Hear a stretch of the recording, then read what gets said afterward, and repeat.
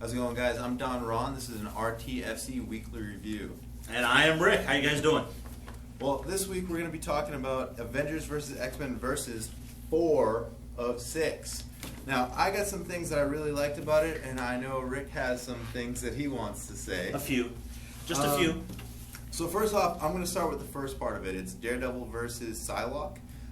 So you got X-Hand leader versus X-Hand. Mutant who was trained by the Hand, X-Men, Ninja.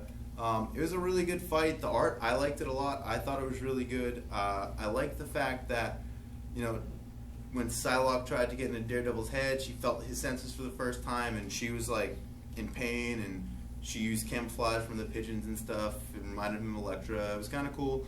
I liked the fact that it came to a draw, kind of, because they are kind of evenly matched, but I think Daredevil could have came out on top if the writer actually dove deeper into his past and saw all the fights that he's kind of gone through with ninjas. For the most part, I liked that part of the issue. The second part of the issue, on the other hand, I think I'm going to let Rick tell you about. I'll give my opinions on the first part, though, to finish that up. In looking at Daredevil versus Elektra, honestly, I thought Daredevil had the upper hand on it. Psylocke, she was trained by the ninjas, but Daredevil has fought so many ninjas in his life that I figured that he would have the upper hand. That's what I just said. I know, and I'm just saying. No, shut that. Oh. Next, just initial impression without reading the issue. That's what I thought.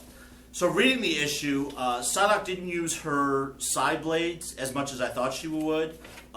As Ron said, she tried to look into his mind, but reading the other Daredevil issue we read the other day, saying that his mind was kind of mutated and changed. So that makes sense. So I understand that.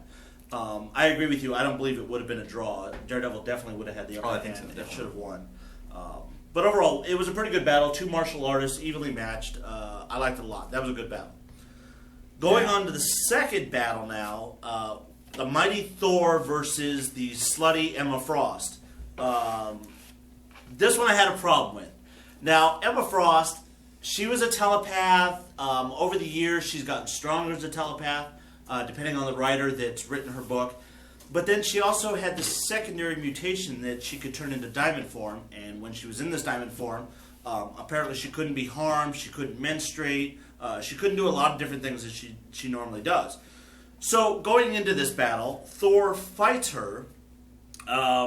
She goes to her diamond form, obviously fighting Thor.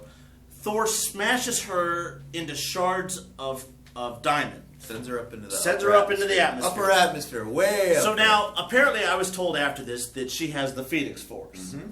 So wait, after this, why was well, she reading because when I read it, I didn't realize. It's in the comic. I know, but I didn't realize she had the Phoenix Force. Have you been reading Avengers vs. X-Men? The Phoenix Five. There's 5 of them. I haven't. I know, I haven't. So I don't know if it's sorry, a, ladies it's a and power. gentlemen, he's a prick. This is easier with Kelsey. Read the fucking comic. It's in the name. Somehow I miss Kelsey now. So anyway, so she goes into the shards of the atmosphere. She comes back down. She slices Thor open. She kicks his ass. Emma Frost wins in the comic. I have a problem with this because I don't believe that she could reform as quickly as she should be able to. I mean, she heals faster than what Wolverine could. Mm. She does a lot of things. So I think it's the writer writing this. I agree with that part. There's nothing in the past of Emma Frost being able to completely reproduce her diamond form has been shattered. She has been shattered or to even reproduce.